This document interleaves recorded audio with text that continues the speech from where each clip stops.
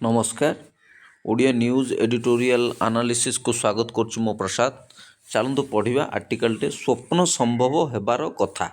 आउ थरे कहि दिए स्वप्न संभव हेबार कथा। चलतु पढ़िबा। तुलसी चौरामूल और माटी कांथरे झटकुथुवा झोटी चिता पवित्र मार्गशीर मास लक्ष्मी पूजार सूचना देउथला। सात साइड नहीं शुभुला ओडियाणीर कान फटा हुलहुली। नयागढ़ ओडगाँ राज्य राजपथ कड़े कड़े बुढ़ा हो आसुवा धान बिलर काकर भिजा धान केंडा सबू सुनेली रंग धारण कर शीत सकाल को रमणीय कर तोली। मार्गशीर हालका शीतरे सुरंजन मन पड़ुला शंकर दास विरचित बारमासी कोइलीर गीत पदे। यही मागुणीर मास काकर पड़े विशेष शीतल पवन बय घन घन मो पुत्र करिवो किशोल कोइली शुणल। नयागढ़ ओडगाँ रास्तार लडू केशों पीठ शरणकूल डे रोहिबा छक स्थित संभव अनुष्ठान पहुँचला बेलू अपराह्न शीत खरा महल पड़ी आसूला। पूर्वर सूचना दी जाइथिबारु अपेक्षा करथिले स्वर्गत प्रोफेसर राधामोहन 1923-2021 सुकन्या सुश्री साबरमती।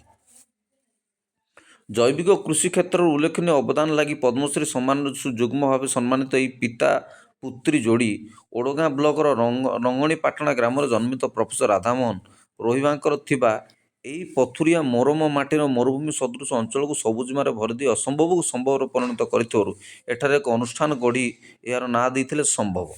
सोसाइटी रेजिस्ट्रेशन एक्ट 1860 अनुसार पंजीकृत यह अनुष्ठान 8 मार्च 1989 70 एकर परिमित जमीन जैविक कृषि देशी विहन संरक्षण मृत्तिका और जल संरक्षण खाद्य शस्य पनीपरिया उत्पादन महिला मानक स्वावलंबी करने सहित केवल ओडिशा कहीं ओडिशा बाहर चाषी मानक प्रशिक्षण और प्रेरणा जोगाई आसूची। अर्थनीति में स्नातक डिग्री हासिल करने तमिलनाडु राज्यर Gandhi institute of rural development रु ग्रामीण विकास रे स्नातकोत्तर डिग्री हासिल कर साबरमती।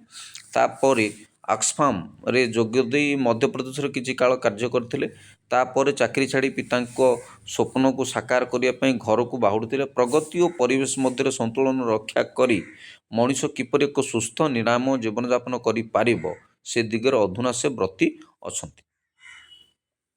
जन सहकर्मी सहायतार संभव परिसर में बुलला बेले नजर पड़ा गोशाला। गोशालार अभ्यंतर थिला बेस परिच्छन्न ता भितर थिला अल्प किछि गाई बाछुरी और बलद। संभवर कर्मचारी अनिता कहते एठारे कई क्षीर दुहंती नहीं बाछुरी क्षीर तक पीए बाछुरी मोर आधार छड़ेवा एठारे नीति विरुद्ध काम गाईर क्षीर उपर बाछुरीर संपूर्ण अधिकार गांधी विचार एभली प्रयोग देखि आमोदित होते सुरंजन। गोशालार ठीक दक्षिण पटक 3.5 एकर धान खेत चौड़ा बिल हुड़ारे मगशीर शीत खरारे सुखा जाइतवा भली भली बेसी देशी विहन धान बिलर सूचना फलक सहित चाष करा कर्पूर केली कला जीरा गोविंद भोग कनक मंजरी तुलसी कंठी डेराडून बासुमती इत्यादि भली भिन्न भिन्न जातिर धान एसबू पुणी कम पानी बिना रासायनिक सारडी SRI system for rice intensification प्रणाली चाष करा अद्यावधि 650 प्रकार पारंपरिक धान विहन संरक्षण कर संभव अनुष्ठान रे। ए संदर्भ में साबरमती कहते परिवेश विपर्य को सहाय करुवा धान चाष कर आवश्यकता रही गोटे प्रकार फसल कर मॉडल दोषयुक्त तेणु मिश्रित फसल उपर गुरुत्वारोप करा जरूरी।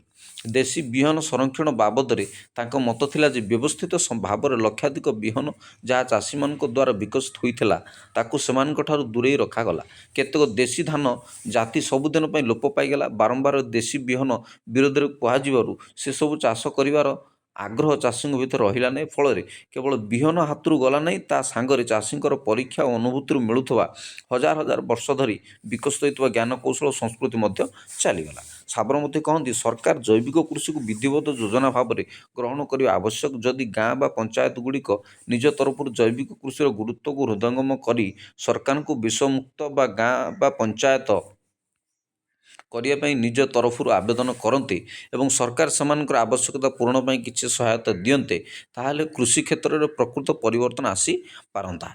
सुरंजन शुणी जे खाली ओडगाँ ब्लकर रोहिबांक महेश्वरपुर ଭଗବତୀ ପ୍ରସାଦ, ନରସିଂହ ପ୍ରସାଦ, ଜୟମଙ୍ଗଳ ପ୍ରସାଦ, ଧନଞ୍ଜୟପୁର, ଖାଲୁଆଳପଲ୍ଲୀ ଭଳି ଗାଁ ନୁହେଁ, ରାଜ୍ୟର ଅନ୍ୟାନ୍ୟ ଅଞ୍ଚଳ ଏପରିକି ବାହାର ରାଜ୍ୟର ଅନେକ ଚାଷୀ ଏବେ ଜୈବିକ କୃଷି ଦ୍ୱାରା ପ୍ରଭାବିତ ହେଲେଣି। ଚାଷୀମାନଙ୍କୁ ସଚେତନ କରିବା ପାଇଁ ଏ ବିଷୟରେ ଅନେକ ଛୋଟ ମୋଟ ବହି ବୋଧଗମ୍ୟ ସରଳ ଓଡ଼ିଆ ଭାଷାରେ ଲେଖିଛନ୍ତି ସାବରମତୀ।